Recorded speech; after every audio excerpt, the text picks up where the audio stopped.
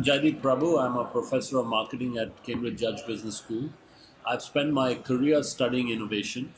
In the first part of my career, I studied innovation in large Western companies because the understanding was that's where innovation happens. And then in the latter half of my career, I switched my attention to emerging economies like India, where I'd grown up. And this is partly because emerging economies have become increasingly more important in the global economic situation. Sometime around now, emerging economies have actually outpaced the West in terms of GDP. Cumulatively, they account for more GDP than the Western advanced economies. And of course, in future, they will account for even more of the world's GDP. And of course, most of the growth will come from emerging markets. They also have most of the people on the planet, something like 75% of people on the planet are from emerging economies. So they're very significant and they will only be more significant in the future. Hence my interest in emerging economies. When I started to look at emerging markets, I discovered very quickly that the approach to innovation there was very different from the West, and particularly very different from large Western corporations. So if you go to a country like India, for instance, and India in some ways is representative of other Asian countries, in some ways it's like African economies or Latin American economies, you see that people are very frugal in their approach to innovation. They're very good at doing more with less. And this is because they face very serious resource constraints in their environment. Second, their approach is very flexible. There's a lot of lateral thinking and improvisation. And again, they have to do that because the environment is constantly changing, a lot of volatility. And third, a lot of their solutions seem inclusive, designed to bring people who are outside the formal economy into the formal economy. And again, this is where there's a lot of opportunity because most people are in that situation. So you see lots of these kinds of frugal, flexible, and inclusive innovations, and you see them across sectors, from financial inclusion, affordable banking solutions. You see them in energy, very interesting renewable sources of energy, off-grid solutions. You see this in healthcare, education, agriculture, and so on.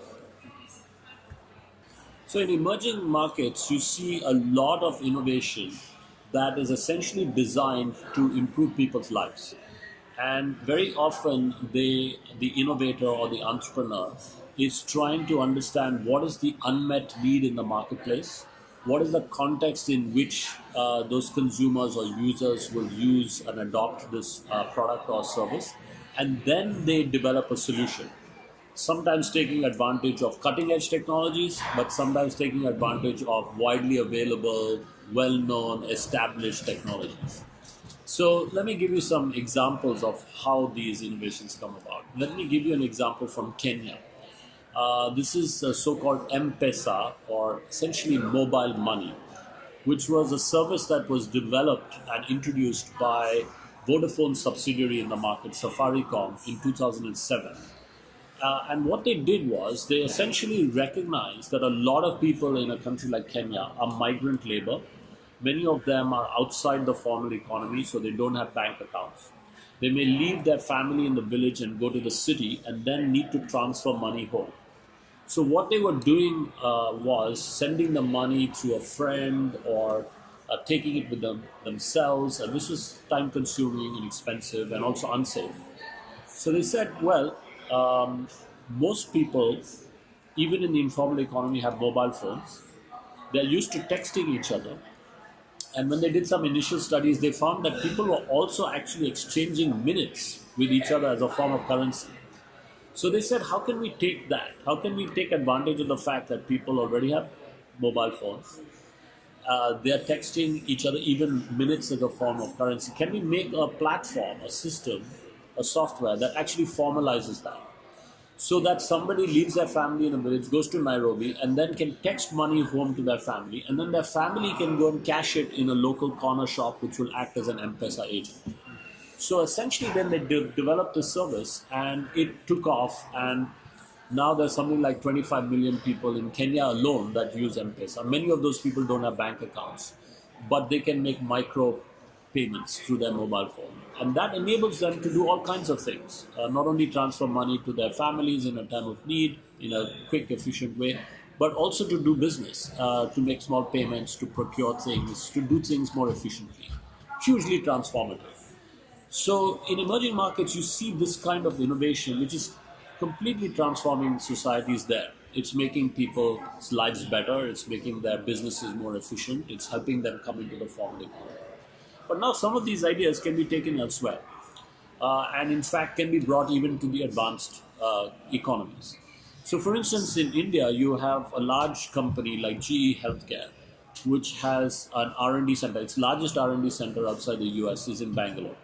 And there they've been developing medical devices specifically for the Indian rural market. So they know that, for instance, their existing ECG machines, which are very big and expensive, will be no use to the rural markets because the clinics there will not be able to afford these big ECG machines.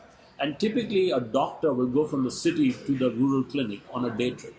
So they said, well, the doctor would have to carry it in their bag. So the ECG machine would have to look like that. It would have to be portable, fit in a doctor's bag, run on batteries, and be very affordable. So they developed that device first for India. It was very successful. Then they developed a similar device in China, and now they have FDA approval for these devices, and they're selling them in the West. So, and here in the West, they can be used for other applications like curbside accidents, not necessarily in the hospital, but when you're taking somebody from the accident on the street to the hospital, you can do tests on the way. So there is immense potential for these frugal, flexible, inclusive innovations, not only to transform emerging markets, but also to influence the West. So there are plenty of examples of these kinds of grassroots innovations as well from entrepreneurs and innovators in these emerging markets. So a very interesting example of a grassroots innovation in India is of a fridge, a clay fridge, which was designed by a potter from a village in the Indian state of Gujarat. His name is Mansukh Bhai. He has a high school education, but he has a lot of experience with pottery. In 2001, there was a very serious earthquake in his state, and people lost their household possessions, including the clay pots in which they traditionally store water. And one morning, he says he opened the local newspaper, and there was a picture of a clay pot that was broken, and the caption read, "Poor man's fridge broken." And that actually gave him the idea to come up with a poor man's fridge. So he built like a box, a fridge out of clay. In the top is a reservoir for water, and in the bottom you store fruit and vegetables.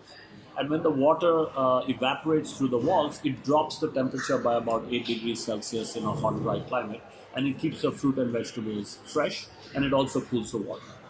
And so he set up a factory in his village, he trained local women to make this, and he went on to sell them, including on the internet. And he makes other such products of clay like non-stick frying pans, water filters, and so forth.